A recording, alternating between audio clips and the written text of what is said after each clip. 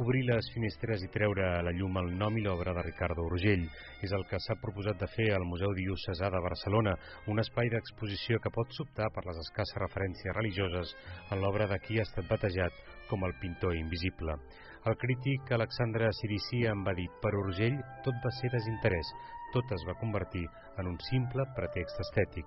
Ni el mercat es va interessar gaire per ell, ni a ell li va interessar en excés el mercadeig artístic. I això que el pare, Modest Urgell, amb qui es va veure abocat a col·laborar, va aconseguir fama i diners en la primera meitat del segle XX gràcies a les sèries de cementiris o postes de sol. A l'exposició es confronten paisatges similars de l'un i de l'altre. És gairebé una relació d'oposats. Mentre el pare feia una temàtica ombrívola, trista, el fill es va centrar en el món de l'oci popular. Quan en l'obra d'Urgell Fill hi apareix una processó, la plaça i l'església són de Sant Hilari Sacalm, és pel mateix motiu que quan pinta un mercat, perquè li interessen els moviments de gent. I perseguint el moviment, però també la llum, va arribar al món de l'espectacle, el seu gran tema i la seva aportació més original.